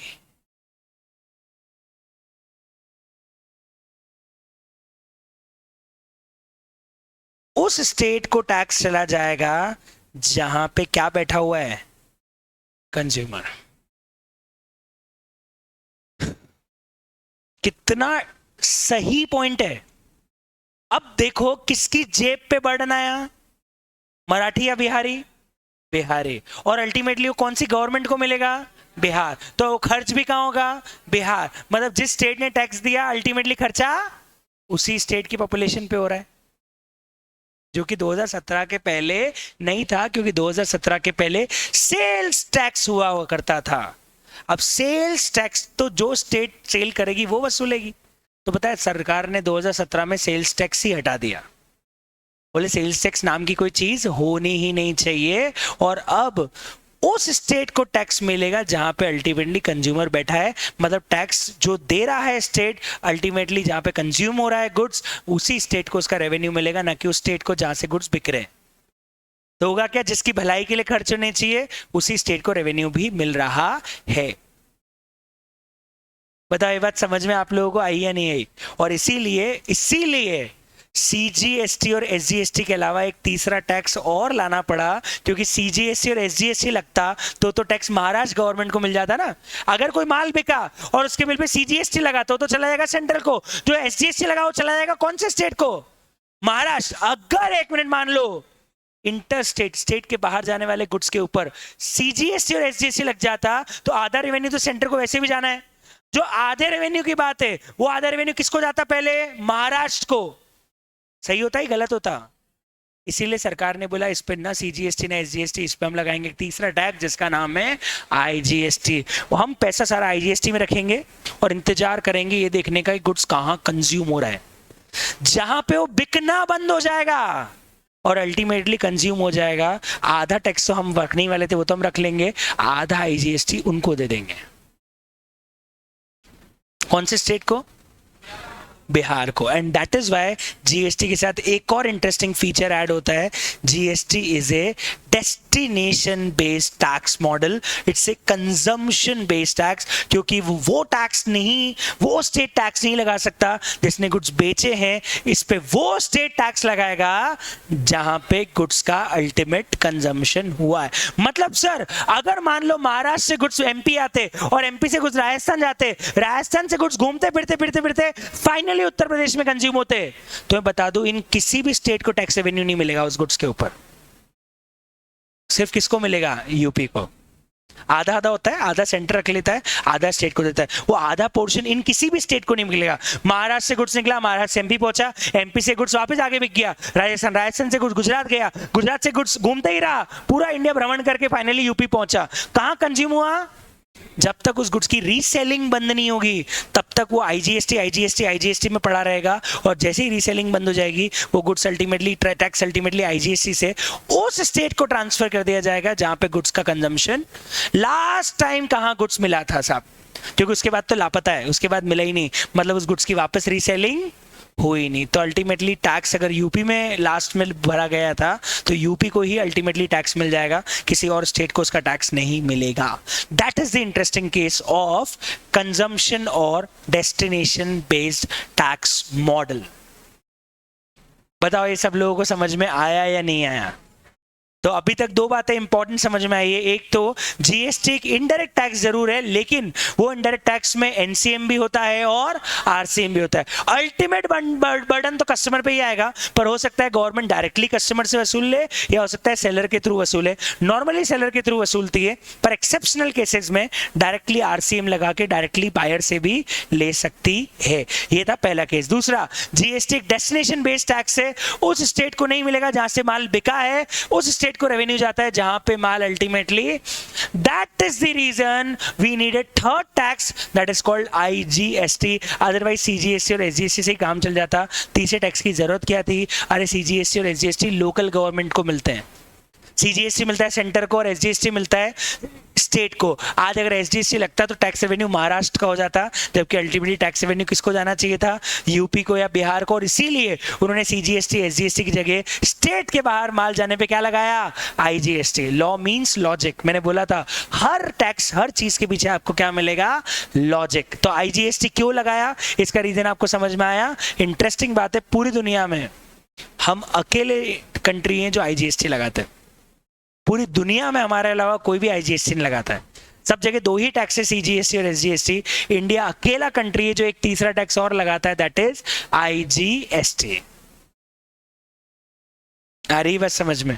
अब आते हैं इसके तीसरे इंपॉर्टेंट फीचर पे, और ये सबसे इंपॉर्टेंट फीचर है। जीएसटी का जो तीसरा, चौथा और पांचवा फीचर है उसको समझने के लिए एक ही एग्जाम्पल काफी है। एक ही एग्जाम्पल में तीनों फीचर समझ में आ जाएंगे। पहला, ये वैट मैकेनिज्म के अंदर टैक्स लगता है। ये जो टैक्स है वैट सिस्टम के अंदर आता है। दूसरा, इस टैक्स में कास्केडिंग इफेक्ट नहीं है। और तीसरा,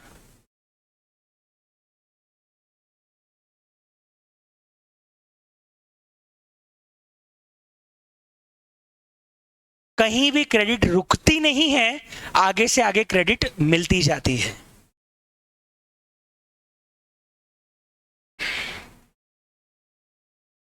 ये तीन फीचर को समझाने के लिए अपने को लेना पड़ेगा एक बहुत ही बेहतरीन एग्जाम्पल, इन तीन फीचर्स को समझने के लिए। बहुत ही इंटरेस्टिंग है, मजा आएगा। करें स्टार्ट? चलिए, तो आप लिखिएगा, आप बहुत ही शानदार एग्जाम्पल से हम इस फीचर को समझेंगे। अपन ले लेते हैं एक छोटा सा एग्जाम्पल। एग्जाम्पल ले लेते हैं कार मैन्युफैक्चरिंग का। ओके, तो कार मैन्युफैक्चरिंग में जो पहला पर्सन है वो है टायर बनाने वाला मैन्युफैक्चरर।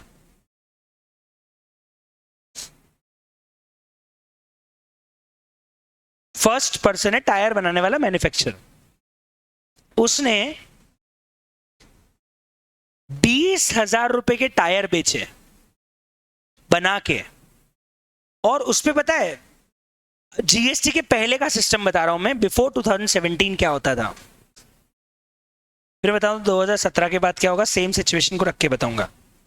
2017 के पहले जब जीएसटी नहीं था तो 20,000 रुपए का टायर अगर मैंने बेचा और मैंने बना के बेचा है तो उसके ऊपर लग जाती थी एक्साइज ड्यूटी।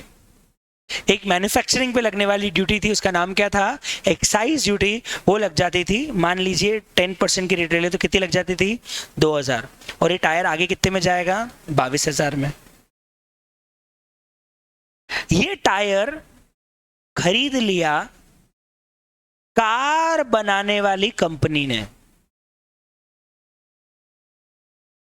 किसने खरीद लिया, कार बनाने वाली कंपनी में। और मान लेते हैं इसने परचेस किया, बताओ कितने में खरीदेगा, 22 में, बिल्कुल 22 में। लेकिन मैं आपको इसमें बता दूं, ये आदमी कॉस्ट 20,000 ही मांगेगा। कितनी मानेगा, 20,000। मैं बता रहा हूं क्यों। और ये बोलेगा कि मैं टैक्स ऑलरेडी जमा करा चुका हूं 2,000 का।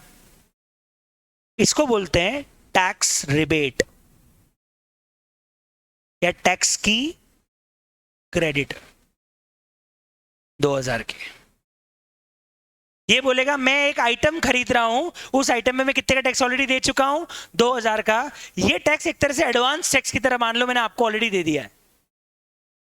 अब क्या होगा मैं बताता हूं। ये आदमी आगे जाके गाड़ी बनाएगा, गाड़ी बेचेगा, मान लेते और भी चीजों पे इसने टैक्स दिया होगा, सब कर लेते हैं। अभी एग्जांपल टायर है सिर्फ। मान लेते हैं इसने गाड़ी बनाई और वो गाड़ी आगे सेल करी 1 लाख पे, इस पे फिर एक्साइज ड्यूटी लग गई, इस पे एक्साइज ड्यूटी लग गई, मान लेते हैं 10,000 रुपए की। कितने की एक्साइज ड्यूटी लग गई, 10,000 की। बताओ एक कस्टमर से कितने वसूलेगा, 1 मिनट के लिए प्राइस को अलग कर दो, उसने टैक्स के नाम पे कस्टमर से कितने वसूले, टैक्स के नाम पे इसने कस्टमर से कितने वसूले, 10,000। पर ये बोलेगा सर इस गाड़ी में टायर भी तो लगे हुए और टायर पे मैं ऑलरेडी 2,000 का टैक्स, तो अब मैं सरकार को 10,000 नहीं दूंगा, 8,000 ही दूंगा, क्योंकि मैं 2,000 का टैक्स ऑलरेडी दे चुका हूं। तो यहां पे क्या होता था, ये पहले का बता रहा हूं, ईडी जो पेएबल आ रही है 10,000, उसमें से मैंने जो ऑलरेडी क्रेडिट ले रखी है, जो रिबेट ले रखी है 2,000 की, वो माइनस करके अल्टीमेटली मैं कैश में कितना टैक्स पे करूंगा, 8,000। ठीक है, ये भी हो गया। अब यहां एक खास बात है सर, यहां पे क्रेडिट मिल रही है पुराने टैक्सेस की, इसी को हम वैट मैकेनिज्म बोलते हैं। पता है इसको क्या बोलते हैं, वैट मैकेनिज्म। वैट क्यों है मैं उसका रीजन बताऊं। वैट का फुल फॉर्म होता है वैल्यू एडिशन। आप एक चीज देखो, पहले वाले ने कितने की वैल्यू ऐड करी गुड्स में, 20,000 की, तो उस पर टैक्स कितना लगा, 2,000। दूसरे वाले ने कितना एडिशन किया, कितना एडिशन किया गुड्स की वैल्यू में, तो उसको टैक्स कितना भरना पड़ रहा है, 8,000।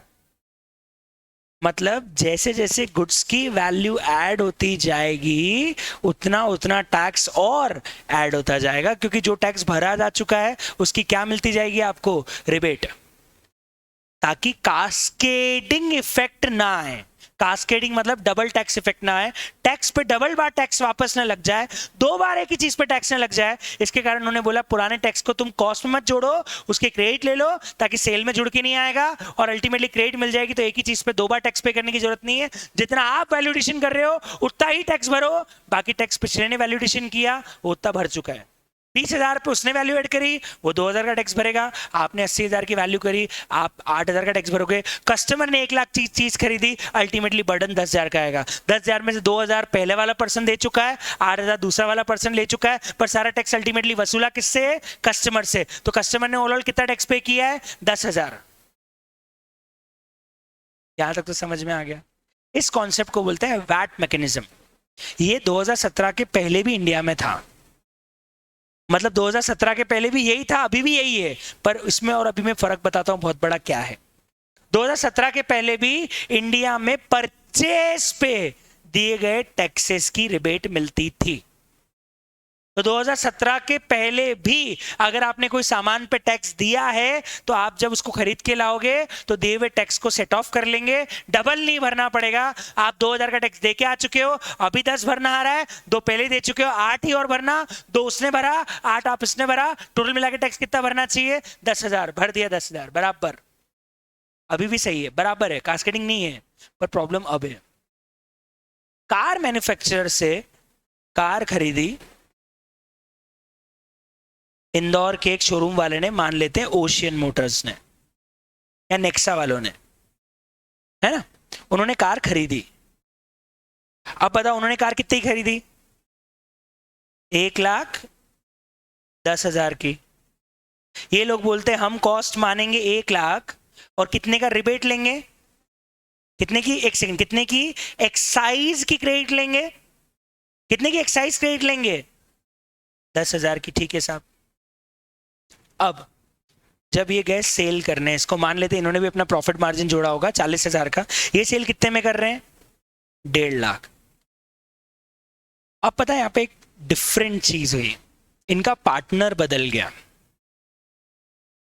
बनाने पे सेंट्रल एक्साइज लगती है और बेचने पे स्टेट वैट लगता था, स्टेट सेल्स टैक्स। बेचने पे लगता है स्टेट सेल्स टैक्स और बनाने पे लगती है सेंट्रल एक्साइज।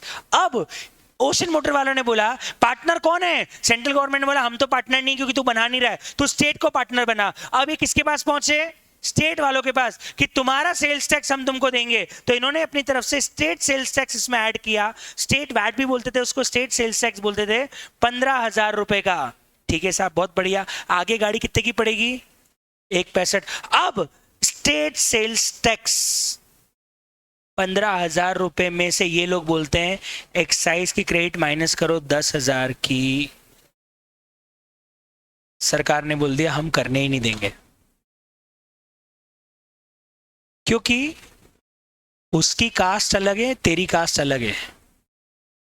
ऐसे कैसे इंटरकास्ट करने दे दें? समझ रहे हो मेरी बात? वो है अग्रवाल, ये है जैन, वो है माहेश्वरी, ये है सिंधी। अब मुझे बताओ, इंटरकास्ट तो परमिट ही नहीं कर रहे। क्या हो रहा है समझना, टैक्स भरा है आपने एक्साइज अकाउंट के अंदर और अब आप उसको यूज करना चाहते हो वैट अकाउंट से, सेल्स टैक्स अकाउंट से। टैक्स भरा था आपने सेंटर को और आप कम कर रहे हो स्टेट की पॉकेट से। स्टेट बोलेगा कि 15,000 टैक्स दे, ओशन मोटर बोल रहा है 10 दे दिया, बोले किसको दिया? बोले सेंटर को, उससे ले। हम थोड़ी जानते हैं सेंटर गवर्नमेंट अलग है, स्टेट गवर्नमेंट अलग है। हमको मतलब नहीं, हमारी जेब में आया होता तो हम तेरे को रिबेट देते। हमारी जेब में आया, किसी और की जेब में क्या? अरे तुम पेंटालून पे चीज रिटर्न करके H&M पे खरीद सकते हो क्या? तो पेंटालून पे रिटर्न किया तो खरीदना भी। तो भैया तेरे को एक्साइज की रिबेट चाहिए तो एक्साइज भर। ओशन मोटर बोलता मैं एक्साइज कहां से लाऊं? एक्साइज लाने के लिए तो मेरे को कुछ बनाना पड़ेगा। गाड़ी तो ऑलरेडी बनी बनाई है। तो एक्साइज वाले बोलते हैं हम तेरे यहाँ क्यों आए? तूने मैन्युफैक्चरिंग तो करी नहीं है, तेरे यहाँ तो सेल्स टैक्स वाले आएंगे। सेल्स टैक्स वाले बोलते हैं हम तुमको एक्साइज की क्रेडिट क्यों दें जब तूने हमारे यहाँ टैक्स ही नहीं भरा। टैक्स किसको भरा? सेंटर को। और वसूलना किससे जाता है? स्टेट से। हमको कोई मतलब नहीं, हमको पूरे 15,000 रुपए चाहिए। लो साहब, हो गया बंटा थार। मैं बताता हूं क्यों हो गया बंटा थार। क्योंकि इन भाई साहब ने अकाउंटिंग ही गलत कर दी। इन भाई साहब को अगर ये पता होता पहले दिन से ही कि हमको एक्साइज से ये लोग आगे का टैक्स सेट ऑफ करने नहीं देंगे, तो पहले बताओ, पहले ही दिन हम लोग परचेज कॉस्ट कितनी बुक करते? 1,10,000 और मेरा 40,000 प्रॉफिट मार्जिन कितना? 50,000 का प्रॉफिट मार्जिन ऐड किया था ना अपन ने। तो ये हो जाती गाड़ी 1,60,000 की और इसके ऊपर सेल्स टैक्स देना पड़ता मेरे को 16,000 रुपए का, और ये 16,000 पूरा कैश में देना पड़ता। पहली बात तो देखो, 1.5 लाख की गाड़ी 1,60,000 की हो गई क्योंकि 10,000 रुपए की रिबेट देना मना कर दिया। दूसरी खास बात, जब आपने 1,10,000 को परचेज कॉस्ट माना जिसमें 10,000 की एक्साइज जुड़ी हुई है और उसके ऊपर आपने प्रॉफिट मार्जिन जोड़ के 1,60,000 पे फिर से सेल्स टैक्स दिया, मतलब अल्टीमेटली आपने एक्साइज पे भी सेल्स टैक्स भर दिया। नहीं आ रही समझ में? आपने सेंट्रल गवर्नमेंट पे लगे हुए टैक्स पे भी स्टेट का वैट भर दिया, क्योंकि अल्टीमेटली आपने उसको भी तो प्राइस में ऐड कर दिया, और आपने उसको प्राइस में इसलिए ऐड कर दिया क्योंकि गवर्नमेंट ने आपको उसकी रिबेट देने से, तो भैया अभी तक रिबेट देने का फायदा क्या मिला? अल्टीमेटली तो टैक्स पे टैक्स लगी गया ना। ये सबसे बड़ी प्रॉब्लम थी जो 2017 के पहले चल रही थी। हमारे टैक्सेशन सिस्टम में कास्टिज्म था, जातिवाद था। तू इस जाति का है, तेरा सेट ऑफ इसी जाति से होगा, तू इस जाति का है, तेरा सेट ऑफ इसी जाति से होगा। पर आप खुद देख लो, जो जीएसटी ने किया वो एक्चुअली सोसाइटी में भी हो गया। 2017 के बाद अब माँ बाप क्या बोलते हैं? लड़की ले आना बस, कास्ट से अब कोई मतलब नहीं है। इंटरकास्ट आराम से हो रही है, बहुत आराम से हो रही है, सब धूमधाम से सब शादियां हो रही है। तो जीएसटी में भी यही हुआ। एक चीज बताता हूं इंटरेस्टिंग जो हुआ है अब जीएसटी के अंदर। पहले बताओ यहां तक की बात समझ में आएगी नहीं आई? क्या दो प्रॉब्लम है पहले बताओ। दो देखो, अच्छी बात यह है कि क्रेडिट देने को तैयार है। प्रॉब्लम क्या है बताओ? प्रॉब्लम क्या है? वो क्रेडिट का कोई काम ही नहीं है, क्योंकि कोई भी मैन्युफैक्चरर डायरेक्टली कस्टमर को तो बेचता ही नहीं ना। अल्टीमेटली उसको बीच में तो शोरूम वाला रखना ही पड़ेगा, और जब बीच में शोरूम वाला लगेगा तो लगी हुई सारी एक्साइज किसका पार्ट बन जाएगी? आपके कॉस्ट का। और उस पर डबल बार आप वापस वैट भर दोगे तो कास्केडिंग इफेक्ट आ गया कि नहीं आ गया? तो भैया वैट लगाने का मतलब क्या निकला? जब कास्केडिंग आ ही रहा है तो क्रेडिट रोक दिया आपने, चेन ऑफ क्रेडिट रोक दिया। एक से दूसरे को पास ऑन हुआ, लेकिन दूसरे से तीसरे को पास ऑन, क्योंकि कास्ट बदल गई। आप एक्साइज से वैट में चले गए, आप एक्साइज से सेल्स टैक्स में चले गए। जैसे कास्ट बदली, स्टेट बदला, गवर्नमेंट बदली, पिछले वाले क्रेडिट की सारी बैंड बच गई, सब क्रेडिट कॉस्ट का पार्ट बन गया। ये प्रॉब्लम थी 2017 के पहले। अब मैं बताता हूं जीएसटी आने के बाद क्या होगा आफ्टर 2017। सुनना ध्यान से, 2017 के बाद क्या हुआ?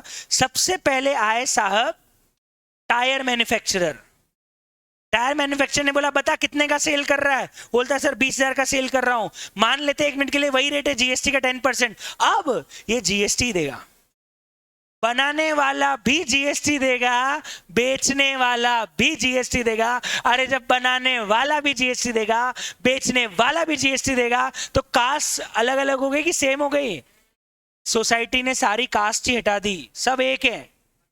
सबके दो आंख, दो कान, दो पैर, दो हाथ, दो नाक, नाक एक, सॉरी, है ना। अल्टीमेटली जो इंसान इंसान है। अब इससे फर्क नहीं पड़ता कि वो सिख है, सिंधी है, हिंदू है, जैन है कि मुस्लिम है, सब कास्ट एक कर दी जीएसटी में। सिंगल टैक्स लाके उन्होंने बोल दिया कि बनाने वाला भी जीएसटी देगा, बेचने वाला भी जीएसटी देगा, गुड्स खरीदने वाला भी जीएसटी देगा, गुड्स बेचने वाला भी जीएसटी देगा, सर्विस लेने वाला भी जीएसटी देगा, सर्विस देने वाला भी जीएसटी देगा, किराए पे देने वाला भी जीएसटी देगा, बेचने वाला भी जीएसटी देगा। अरे जब सब जीएसटी देंगे, मतलब अब इस बात से मतलब ही नहीं कि कास्ट कौन सी है, कास्ट सब कर दी एक। और इसीलिए अब जब टायर बनाएगा तो भी वो देगा जीएसटी। ये आगे बेचेगा कितने में? 22,000 में। लेकिन कार बनाने वाला आदमी बताओ परचेज कॉस्ट कितनी मानेगा? 20,000। और कितने की जीएसटी की क्रेडिट ले लेगा? 2,000 की। आगे गाड़ी कितने में बेच रहा था? 1 लाख। इस पे जीएसटी कितना लगेगा? 10,000। पर 10,000 में से कितने की क्रेडिट ऑलरेडी रखी हुई है? ये भी जीएसटी है और ये भी। तो बताओ यहां कितना भरेगा? चलो यहां तक तो पहले भी यही था, लेकिन अब देखो अब किसके पास पहुंच गई गाड़ी? शोरूम वाले के पास। बताओ ये अपनी परचेज कितनी रिकॉर्ड करेगा? 1 लाख। और इसको जीएसटी क्रेडिट कितनी मिल जाएगी? 10,000 की। ये आगे अपना प्रॉफिट मार्जिन कितना जोड़ रहा था? 50,000। तो यह कितने में जोड़ेगा? 1.5 लाख। इसको भी क्या लगेगा? और इसको कितना लगेगा? ये जीएसटी 15,000 में से कितने रुपए ऑलरेडी क्रेडिट के सेट ऑफ ले चुका है? 10। तो आप मुझे बताओ कितना सरकार को देना पड़ेगा?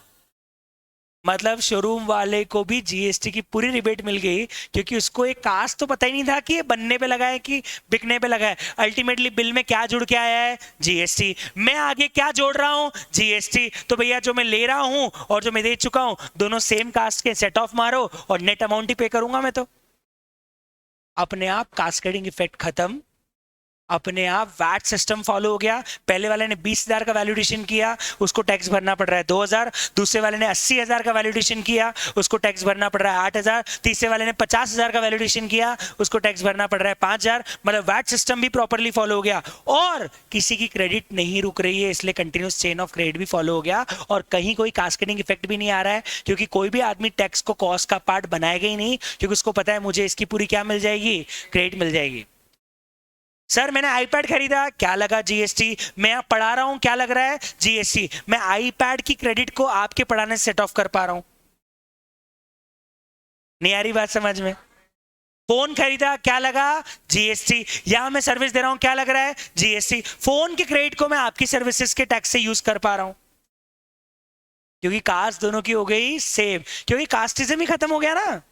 99% कमोडिटी पे इंडिया में सारे टैक्स हटा के सिर्फ एक टैक्स लगा दिया गया है और वो है जीएसटी। मतलब 99% केसेस में कास्टिज्म नहीं बचा, तो no cascading effect, continuous chain of credit. इसलिए क्योंकि अब कहीं क्रेडिट चेन ब्लॉक नहीं होगी, क्योंकि कहीं पे कास्टिज्म है ही नहीं। और तीसरा, अपने आप प्रोडक्ट सस्ता हो जाएगा, क्योंकि कहीं पे कास्केडिंग इफेक्ट नहीं आएगा, डबल टैक्सेशन नहीं आएगा। तो आप देख सकते हो यहां पे कीमत कार की 1,76,000 रुपए थी, 1,76,000, और यहां पे कीमत कार की हो गई 1,65,000। सेम टैक्स रेट होने के बावजूद 11,000 रुपए कीमत कम हो गई, क्योंकि डबल टैक्सेशन नहीं है। जबकि टैक्स रेट ऊपर भी अपन ने 10% लिया था, नीचे भी अपन ने 10% लिया, सबके प्रॉफिट मार्जिन भी सेम माने, सबकी कॉस्ट भी सेम मानी, पर वहां पे डबल टैक्सेशन के कारण वो चीज 1,76,000 की थी, जबकि जेन्युइनली अगर 10% चार्ज करें तो चीज होनी चाहिए थी सिर्फ 1,65,000 रुपए की। तो आप देख सकते हो जीएसटी में तीनों फीचर्स फुलफिल हो रहे हैं। वैट मैकेनिज्म फॉलो हो रहा है, जी हाँ। नो कास्केडिंग इफेक्ट, जी हाँ। कंटिन्यूस चेन ऑफ क्रेडिट, जी हाँ। बताओ ये तीसरा फीचर जीएसटी का आपको समझ में आया या नहीं आया। तीन क्या, ओवरऑल कितने फीचर हो गए, 5। कौन कौन से 5 हो गए, जल्दी बताओ। पहला, GST is an indirect tax. दूसरा, मेरे को देखो वैसे तो थियरी रटवाने का कोई मतलब नहीं, क्योंकि इसका प्रैक्टिकल बताना है मुझे, तो प्रैक्टिकली समझ में आया आपको। इनडायरेक्ट टैक्सेस है, जनरली फॉरवर्ड चार्ज मैकेनिज्म लगता है, लेकिन कुछ केस में आरसीएम रिवर्स चार्ज मैकेनिज्म भी लग जाता है, जहां पे कस्टमर को टैक्स गवर्नमेंट को पे करना पड़ता है। दूसरी खास बात है सर, जीएसटी में डेस्टिनेशन बेस्ड टैक्स है, इसीलिए 2 की जगह 3 टैक्स लाने पड़े। नॉर्मली टैक्स होते थे सीजीएसटी और एसजीएसटी, पर एक टैक्स नया और लाना पड़ा, क्योंकि जब गुड्स स्टेट के बाहर निकल रहा है तो उस लोकल स्टेट को टैक्स मिलना नहीं चाहिए, और इसीलिए स्टेट के बाहर जाने पे क्या लगा दिया गया, आईजीएसटी, ताकि वो महाराष्ट्र को ना मिलके किसको मिल सके, बिहार को मिल सके। इसलिए आईजीएसटी एक और टैक्स लगाया गया है। और ये VAT mechanism plus cascading effect plus continuous chain of credit वाला पूरा पॉइंट आपको इस एग्जांपल से समझ में आ गया होगा। अब ये शोरूम वाला आगे भी कार बेचेगा तो आगे से आगे चेन चलती रहेगी जब तक कंज्यूमर नहीं आ जाए। कंज्यूमर के लेवल पे आके चेन रुकेगी, क्योंकि उसके आगे रीसेलिंग ही नहीं हो रही है। लेकिन जब तक गुड्स रीसेल होते रहेंगे, परचेज की क्रेडिट सेल में यूज होती रहेगी। परचेज पे दिया हुआ टैक्स सेल में दिया हुआ टैक्स से आप आराम से सेट ऑफ कर पाओगे। That is the basic concept of GST. अब एक खास बात और आती है, बस 2 मिनट और लूंगा, क्योंकि 1:15 का टाइम है, तो 4 मिनट है, मैं 2 ही और लूंगा। सुनना ध्यान से। सर आपने बोला जीएसटी में 3 टैक्सेस हुए, कौन कौन से, सीजीएसटी, एसजीएसटी, आईजीएसटी। मैंने बोला 3 नहीं 4 है, तो चौथे की बात तो भी करी नहीं। ये क्यों और क्या है। सर स्टेट के अंदर बिकेगा, समझ में आ गया, सीजीएसटी और एसजीएसटी लगेगा। स्टेट के बाहर बिकेगा, लॉजिकली समझ में आ गया, सीजीएसटी एसजीएसटी नहीं, आईजीएसटी लगना चाहिए लॉजिक के साथ, क्योंकि destination based consumer based tax है। लेकिन ये एक और टैक्स के लिए है, सुनना। 2017 में महाराष्ट्र गवर्नमेंट का रेवेन्यू, एक एग्जाम्पल के लिए मान लेते हैं 3 लाख करोड़ के टैक्स का था, ठीक, क्योंकि ये मैन्युफैक्चरिंग स्टेट है। अब ये प्रपोजल जीएसटी लागू करने का महाराष्ट्र गवर्नमेंट को भी पहुंचा। महाराष्ट्र गवर्नमेंट ने एक एस्टिमेशन लगाया कि यार 18-19 में हमारा अगर वैट हट जाएगा सेल्स टैक्स हट जाएगा, सेंट्रल सेल्स टैक्स हट जाएगा, हमें रेवेन्यू नहीं आएगा, और हम जो माल बाहर भेज रहे हैं उसका सारा रेवेन्यू स्टेट को जाएगा, तो हमारा तो रेवेन्यू 2.5 लाख करोड़ ही रह जाएगा। क्योंकि अल्टीमेटली कंज्यूमर स्टेट को तो फायदा है, लेकिन मैन्युफैक्चरिंग स्टेट को तो नुकसान है। महाराष्ट्र गवर्नमेंट ने सिरे से जीएसटी का प्रपोजल रिजेक्ट कर दिया। अब मोदी साहब बोले कि यार लगाना तो पड़ेगा। अब मोदी साहब ने मीटिंग करी सारे सीएम से कि लगाना तो पड़ेगा। सीएम साहब बोलते हैं भले बीजेपी का सीएम हो, लेकिन अल्टीमेटली अपनी रोटी तो बचाएगा ना। तो बीजेपी के सीएम ने भी ये लाइन बोली कि सर हम हमारे स्टेट का रेवेन्यू कैसे लूज कर दें, आप तो हमको एक लिमिटेड कोटे का अमाउंट दोगे, बाकी तो हमको हमारा काम खुद से चलाना पड़ेगा ना। तो हम ऐसे टैक्स का समर्थन क्यों करें जहां पे हमारा ही नुकसान है, हमारी पैरों पे खुद क्यों कुल्हाड़ी मारे। मोदी साहब ने बोला एक काम करो, लगाना तो है जीएसटी, क्या करें। मोदी साहब ने आश्वासन दिया तुमको मैं 1 रुपए का नुकसान नहीं होने दूंगा। अब मोदी साहब आ गए बाहर। मोदी साहब के जो बड़े सेक्रेटरी थे, जो उनके खास थे, उन्होंने बोला सर आप ये कैसे वादे करके आ गए, अभी आप जीएसटी लगाओगे तो पॉकेट तो अपनी भी लूज होनी है, अभी भी जेब अपनी भी कटेगी थोड़े टाइम के लिए, अपनी भी जेब कटेगी, उसके अलावा आपने बोल दिया कि तेरी जितनी जेब कटेगी वो मैं भर दूंगा। कहां से भर देगा। सेंट्रल का खुद का रेवेन्यू कम होने वाला है बिकॉज ऑफ द जीएसटी, क्योंकि ओवरऑल टैक्स कलेक्शन तो कम होगा ना, क्योंकि उधर टैक्स डबल टैक्स लग रहा था तो गवर्नमेंट को रेवेन्यू ज्यादा मिल रहे थे, यहाँ टैक्स कम लगेगा तो अल्टीमेटली रेवेन्यू तो अब कटी हुई पॉकेट में से किसी और की पॉकेट कैसे भर दूं। अब मोदी साहब ने बोला सर वादा तो कर दिया, निभाना तो पड़ेगा, अदरवाइज बात की वैल्यू खराब हो जाएगी। अब उनके एडवाइजर्स ने सोचा क्या करें, तो उन्होंने बोला एक काम करो, महाराष्ट्र गवर्नमेंट को चाहिए कंपनसेशन। ये कंपनसेशन इनको हम दो, एक फंड बना के जिसका नाम था कंपनसेशन फंड। काय का कंपनसेशन देंगे, loss of due to GST, due to GST, because of introduction of GST, there will be a loss of revenue from the pocket of in the pocket of Maharashtra government. So to compensate that loss, government have arranged that you will be getting compensated by this compensation fund. अब सवाल आता है यहाँ पैसा कहां से आएगा। सरकार ने बोला हाँ, इस कंपनसेशन फंड में पैसा लाने के लिए हम एक नया टैक्स और लगाएंगे जिसका नाम है जीएसटी कंपनसेशन सेस। मतलब अल्टीमेटली महाराष्ट्र को हो रहा नुकसान हमको भरना पड़ रहा है। नहीं समझ रहे हो आप। मतलब गवर्नमेंट ने एक चौथा टैक्स और लगाया, but with a very specific purpose.